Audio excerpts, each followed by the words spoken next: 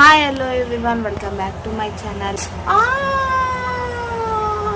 ಇವತ್ತು ಸ್ನಾನ ಕೂದಲು ಎಳಿತಾನೆ, ಭಾರಿ ಕೂದಲೆಲ್ಲ ಎಳೆದು ಕಲಿತ್ಬಿಟ್ಟಿದ್ದಾನೆ. ಇವಾಗ ಹಾಕಿ ಎಳಿತಾನೆ. ಇವಾಗ ಸ್ನಾನ ಮಾಡಿರೋದು ಕೂದಲು ಬಿಟ್ಟು ಕೆಳ್ದಾಗ್ತವನೆ.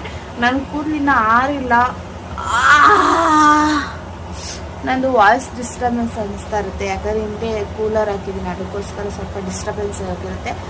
ಬೇಸಿಗೆಗಾಲ ಆಗಿರೋದಕ್ಕೆ ಕೂಲರ್ ಇಲ್ಲ ಅಂದರೆ ಮತ್ತೆ ಇರೋಕ್ಕೆ ಆಗಲ್ಲ ಮನೆಯಲ್ಲಿ, ತುಂಬ ಕಷ್ಟ ಆಗುತ್ತೆ. ಇವನಿಗಂತೂ ಇರೋಕ್ಕಾಗಲ್ಲ, ಇವನಿಗೆ ಜಾಸ್ತಿ ಸ್ವೆಟ್ ಆಗುತ್ತೆ. ನನ್ನ ಬಂಗಾರು ಬೊಂಬೆ ಈ ನಡುವೆ ತುಂಬಾ ತಲೆಗೆ ಏಟ್ ಮಾಡ್ಕೋತಾ ಇದ್ದಾನೆ. ಮೀಶೋದ್ರಲ್ಲಿ ತಲೆಗೆ ಹಾಕ್ತಾರಲ್ವ, ಅದನ್ನು ಬುಕ್ ಮಾಡಿದ್ದೀನಿ. ನಿನ್ನೆ ಸಾಯಂಕಾಲ ಏನು ಮಾಡಿದ್ದಾನೆ ಅಂದರೆ, ಮಂಚದ ಮೇಲೆ ಹಿಂಗೆ ಇವಾಗ ಎಲ್ಲಿ ಕೂತಿದ್ದೀನೋ ಹಂಗೆ ಕೂತಿದ್ದೀನಿ. ಇವನ್ನ ಈ ಕಡೆ ಬಿಟ್ಟಿದ್ದೆ. ಈ ಕಡೆ ಬಿಟ್ಟಿದ್ದೆ, ಆಟ ಆಡ್ತಾ ಇದ್ದೆ. ಇವಾಗ ಹಿಂಗೆ ಆಟ ಆಡ್ತಾನಲ್ಲ, ಹಂಗೆ ಆಟ ಆಡ್ತಾ ಇದ್ದ. ಹಿಂಗೆ ಹಿಡ್ಕೊಂಡೇ ಇರ್ತೀನಿ. ಒಂದ್ಸಲಿ ಹೋಗ್ಬಿಟ್ಟು ಎಲ್ಲ ಬಿದ್ದು ಬಿಡ್ತಾರೆ ಅಂತೇಳಿ, ಗೋಡೆಗೆಲ್ಲ ಹೊಡ್ಕೋತಾನೆ ಅಂತ ಹಿಡ್ಕೊಂಡೇ ಇರ್ತೀನಿ. ಏನು ಮಾಡ್ದೆ ಅಂದರೆ ನಾನು ರಬ್ಬರ್ ಬ್ಯಾಂಡ್ ಹಾಕೋತಿದ್ದೆ. ನಮ್ಮ ಕೂದಲು ತುಂಬ ಲೂಸ್ ಆಗಿತ್ತು, ವಾಕಿಂಗ್ ಹೋಗ್ಬೇಕು ಅಂದ್ಬಿಟ್ಟು ಏನಕ್ಕೋ ರಬ್ಬರ್ ಬ್ಯಾಂಡ್ ಹಾಕ್ತಿದ್ದೆ. ಕೂದಲೆಲ್ಲ ಕೆದ್ರೋಗಿತ್ತು ಅಂದ್ಬಿಟ್ಟು ತೆಗೆದ್ಬಿಟ್ಟು, ಆವಾಗ ಏನು ಮಾಡೋಣ, ಅಲ್ಲಿ ಏನೋ ಎತ್ಕೊಳ್ಳೋಕೆ ಹೋಗಿ, ಇದು ಶೆಲ್ಫಲ್ಲಿ ಏನೋ ಎತ್ಕೊಳ್ಳೋಕೆ ಹೋಗ್ಬಿಟ್ಟು ಎಗರ್ಬಿಟ್ಟ. ಬೈ ಸ್ವಲ್ಪ ತಡ ಆಗಿರೋ ನಾನು ಹಿಡ್ದಿರೋದು, ತಲೆ ಫುಲ್ಲು ಹಿಂಗೆ ಬಿದ್ದೋಗ್ಬಿಟ್ಟಿರೋದು. ಅವನ ತಲೆ ಅಷ್ಟು ತೀಟೆ ಆಗಿಬಿಟ್ಟಿದ್ದಾನೆ, ಎಗರುತ್ತಾನೆ. ಅವರು ಗೊತ್ತಾಗಲ್ಲ ಮಗುಗೆ, ನಾವು ತೀಟೆ ಅಂತೀವಿ ಅಷ್ಟೇ, ಅವ್ರಿಗೆ ಗೊತ್ತಾಗಲ್ಲ ಅದು ಏನು ಬಿದ್ದರೆ ಏಟಾಗುತ್ತಾ ಇಲ್ಲ ಅಂತೇಳಿ. ಇವಾಗ ನೆನ್ನೆ ಬಿದ್ದಿದ್ದಾನಲ್ಲ, ಇವತ್ತು ಮಂಚದ ಕೆಳಗಿಂದ ಬಗ್ಗಿ ನೋಡ್ತಲ್ಲ, ಭಯ ಬೀಳ್ತಾ ಇದ್ದಾನೆ ಸ್ವಲ್ಪ. ನಾಳೆ ಬೆಳಗ್ಗೆನೇ ನಮ್ಮಮ್ಮ ಮನೆಗೆ ಹೋಗಬೇಕು, ಊರ ಜಾತ್ರೆ ಇದೆ ನಮ್ಮಮ್ಮ ಅವ್ರದ್ದು, ಹೋಗಬೇಕು. ಅದಕ್ಕೋಸ್ಕರ ತಲೆ ಸ್ನಾನ ಮಾಡಿಕೊಂಡೆ. ಬಟ್ ಆರ್ಸೋಣ, ಆಚೆ ಹೋಗೋಣ ಅಂದ್ಕೊಂಡೆ. ನೋಡಿದ್ರೆ ಇವಾಗ ಮೋಡ ಮುಚ್ಚಿಬಿಟ್ಟಿದೆ, ಎಷ್ಟು ಮೋಡ ಮುಚ್ಕೊಂಡಿದೆ ನೋಡ್ರಿ ಆಚೆ.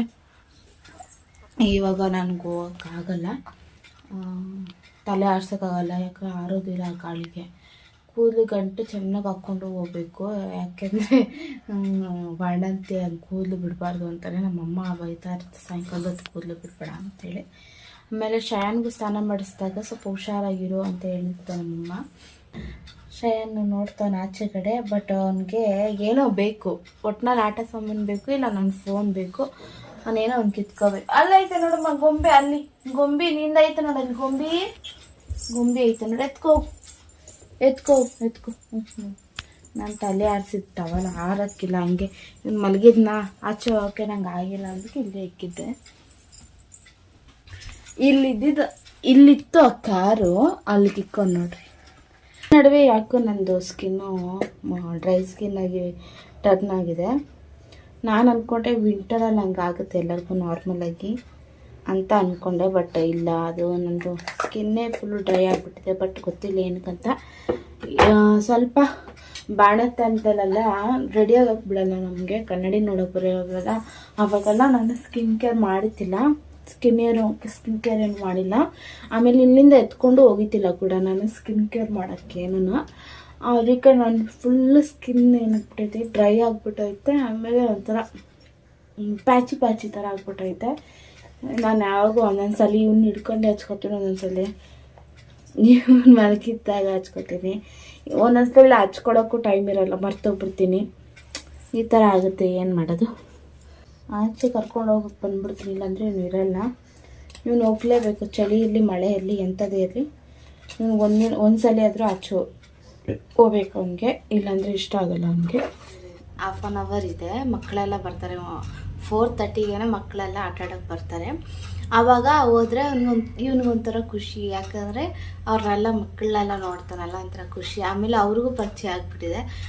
ಏನಾದರೂ ಅಕಸ್ಮಾತ್ ನಾನು ಬಟ್ಟೆ ಗಿಟ್ಟೆ ಆಚೆ ಹೋದಾಗ ಇವನು ಕರ್ಕೊಂತಿರೋ ಹೋಗ್ತೀನಲ್ವ, ಅವ್ರ ಅಪ್ಪ ಹತ್ರ ಬಿಟ್ಟೋದ್ರೆ ಆಂಟಿ ಪಾಪು ಎಲ್ಲಿ ಅಂತ ಕೇಳ್ತಾನೆ ಇರ್ತಾರೆ.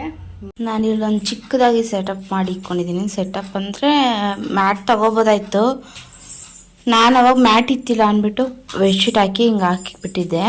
ಇವಾಗ ಮ್ಯಾಟ್ ತಗೊಳ್ಳೋಣ ಅಂತ ಮೊನ್ನೆ ನೋಡಿದ್ರಿ. ಹೆಂಗಿದ್ರೆ ಇವಾಗ ಅವ್ನು ಅಂಬೇಕಲಿಕ್ಕೆ ಟ್ರೈ ಮಾಡ್ತಾನಲ್ಲ, ಇಲ್ಲಿರೋದೇ ಇಲ್ಲ, ಆಲ್ಮೋಸ್ಟ್ ಎಲ್ಲ ಓಡಾಡ್ತಾನೆ ಇರ್ತಾನೆ ಆ ಕಡೆ ಈ ಕಡೆ. ಏನಕ್ಕೆ ಸುಮ್ಮನೆ ಬಿಡು ಅಂದ್ಬಿಟ್ಟು ತೊಗೊಂಡಿಲ್ಲ ನಾನು. ಶ್ರೇಯಾನ್ ಈ ಕಡೆ ಬಾ, ನಿಧಾನ ಕುತ್ಕೋ. ಒಂದು 10 ನಿಮಿಷ ಆಟ ಆಡಿಸ್ಬಿಟ್ಟು ಒಂದು 10 ನಿಮಿಷ ಒಂದು 10-20 ನಿಮಿಷ ಅವ್ನಿಗೆ ಆಟ ಆಡೋಕೆ ಬಿಟ್ಬಿಟ್ಟು ಆಮೇಲೆ ಆಚೆ ಕರ್ಕೊಂಡು ಹೋಗ್ತೀನಿ. ಒಂದು 4:15ವರೆಗೂ ಇರ್ತೀನಿ. ಆಮೇಲೆ ಬಂದು ಮನೆಗಿನೇ ಎಲ್ಲ ಒರೆಸ್ಬಿಟ್ಟು ಪೂಜೆ ಮಾಡ್ತೀನಿ. ಪಾತ್ರೆ ಎಲ್ಲ ತೊಳೆದಿದ್ದಾಗಿದೆ, ಬಟ್ಟೆನೂ ಒಗೆದಿದ್ದಾಗಿದೆ. ಜಸ್ಟು ಮನೆ ಬೆಡ್ ಕವರ್ಗಳು ಚೇಂಜ್ ಮಾಡಿಕೊಂಡು ಕಸ ಗುಡಿಸಿ ಮನೆ ಒರೆಸ್ಬಿಡ್ತೀನಿ. ಇವನ್ನ ಕಸ ಗುಡಿಸಿ ಮನೆ ಒರೆಸೋ ಟೈಮಲ್ಲಿ ಸಾಯಂಕಾಲದ ಹೊತ್ತು ನಾನು ಇವನ್ನ ವಾಕರಲ್ಲಿ ಹಾಕಿ ಬಿಟ್ಬಿಡ್ತೀನಿ. ನನಗೆ ಕೆಲಸ ಆಲ್ಮೋಸ್ಟ್ ಆಗಿರುತ್ತೆ, ಅಂದರೆ ಬೇಗ ಬೇಗ ಮಾಡಿಬಿಡ್ತೀನಿ ಪಟ ಪಟ ಅಂತೇಳಿ.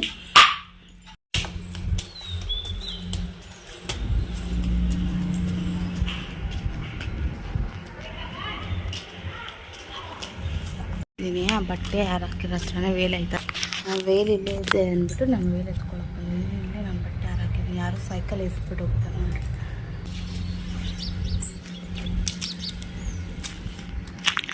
ವಾಕಿಂಗ್ ಹೋಗ್ತಾ ಇದ್ದೀವಿ. ಇನ್ನು ಯಾವಾಗ ಕರ್ಕೊಬರ್ತೀನಿ ಹಿಂಗೆ ನೋಡ್ರಿ. ಆಚೆ ಬಂದಿದ್ದ ತಕ್ಷಣ ನಾನು ಮಾತಾಡ್ಸಿದ್ರು ಮಾತಾಡಲ್ಲ, ಅಷ್ಟು ಇಂಟ್ರೆಸ್ಟ್ ಆಚೆ ಕಡೆ ಅಲ್ಲಿ ಇಲ್ಲಿ ನೋಡೋದ್ರಲ್ಲಿ. ಏನಮ್ಮದು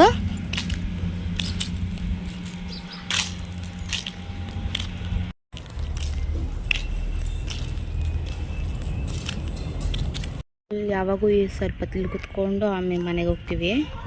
ಇಲ್ಲಿ ಒಂಥರ ಕುತ್ಕೊಳ್ಳೋಕೆ ಸ್ವಲ್ಪ ಜಾಗ ಐತೆ, ಅದಕ್ಕೆ ಅಲ್ಲಿ ಕುತ್ಕೊಂಡು ಹೋಗ್ತೀವಿ. ಇವನು ಕೆಳಗೆ ಬಿಡಲ್ಲ, ಧೂಳಾಗ್ಬಿಡ್ತಾನೆ, ಕಾಲು ಕೈಯೆಲ್ಲ ಧೂಳು ಮಾಡ್ಕೊಬಿಡ್ತಾನೆ ಅಂತ ಬಿಡಲ್ಲ.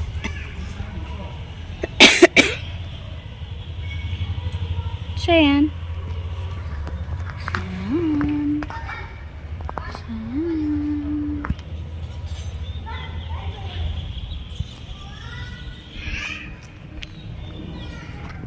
ತುಂಬ ಚೆನ್ನಾಗಿ ಕೇಳ್ತಾಯಿದ್ರು, ನೀವು ವೀಡಿಯೋ ಮಾಡಲ್ವಾ, ಯೂಟ್ಯೂಬ್ ವೀಡಿಯೋ ಮಾಡಲ್ವಾ ಅಂತೇಳಿ.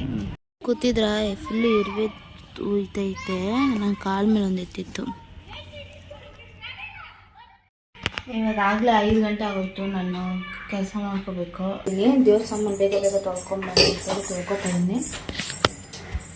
ಶ್ರಯಾ, ಇದು ಅವರೆಕಾಯಿ ನೆನ್ಸಿಕ್ಕಿದೆ, ಅದು ಅವರೆಕಾಯಿ ಇಸ್ಕಿಲ್ಲ, ಹಂಗೆ ಇಕ್ಕಿದ್ದೀನಿ. ಇವಾಗ ನಂಗೆ ಟೈಮ್ ಆಯಿತು.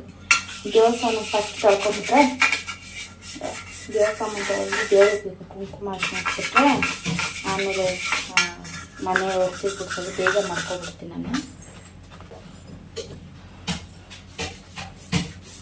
ನನಗೆ ಪೀತಾಂಬರೆ ಡೈರೆಕ್ಟ್ ಕೈಯಲ್ಲಿ ಮುಟ್ಟಿದ್ರೆ ನಂಗೆ ಒಂಥರ ಅಲರ್ಜಿ ಥರ ಸ್ಟಾರ್ಟ್ ಆಗಿಬಿಡುತ್ತೆ, ಒಂಥರ ಇನ್ಫೆಕ್ಷನ್ ಥರ ಆಗಿಬಿಡುತ್ತೆ. ಅದಕ್ಕೆ ನಾನು ಬ್ರಷಲ್ಲಿ ಯೂಸ್ ಮಾಡ್ತೀನಿ, ಯಾವಾಗೂ ಬ್ರಷಲ್ಲಿ ಹಾಕ್ತೀನಿ. ಚಿನ್ನೋ ಏನದು ಬಾಯಲ್ಲಿ ವಾಕರಲ್ಲಿ ಹಾಕಿದ್ದೀನಿ ಶ್ರೇಯನ್ನ. ನೀಟಾಗಿ ತೊಳ್ಕೊಳ್ಳೋದು.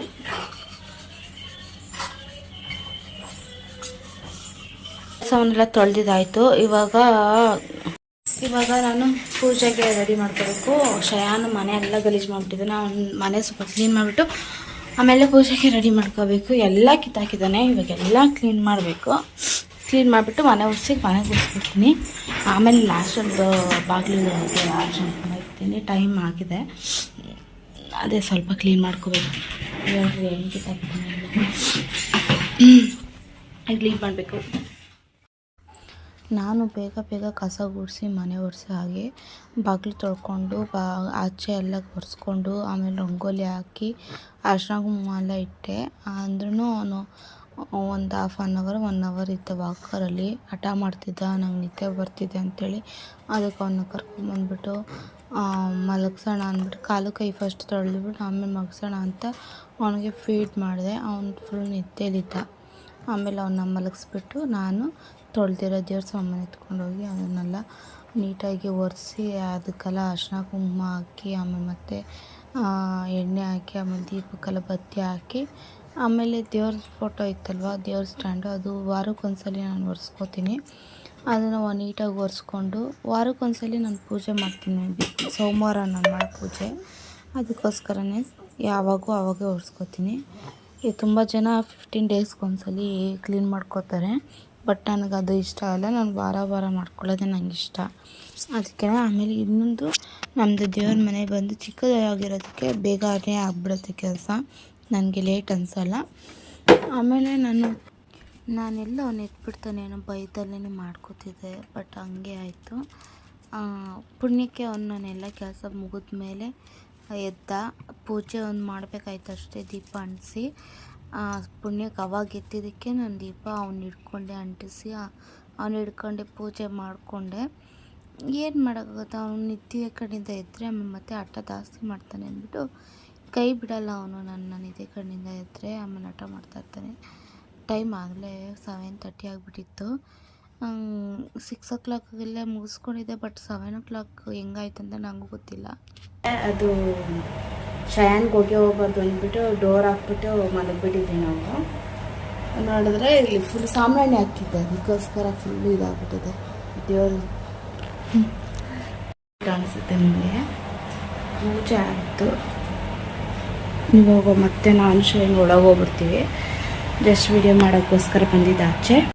ಹಾಗೆ ನನ್ನ ವಿಡಿಯೋ ಇಷ್ಟ ಆಗಿದ್ರೆ ಲೈಕ್ ಮಾಡಿ, ಶೇರ್ ಮಾಡಿ, ಹಾಗೆ ಸಬ್ಸ್ಕ್ರೈಬ್ ಮಾಡಿ. Thank you so much. ಹಾಗೆ ಒಂದು ನೆಕ್ಸ್ಟ್ ವಿಡಿಯೋದಲ್ಲಿ ಸಿಗೋಣ. ಬಾಯ್.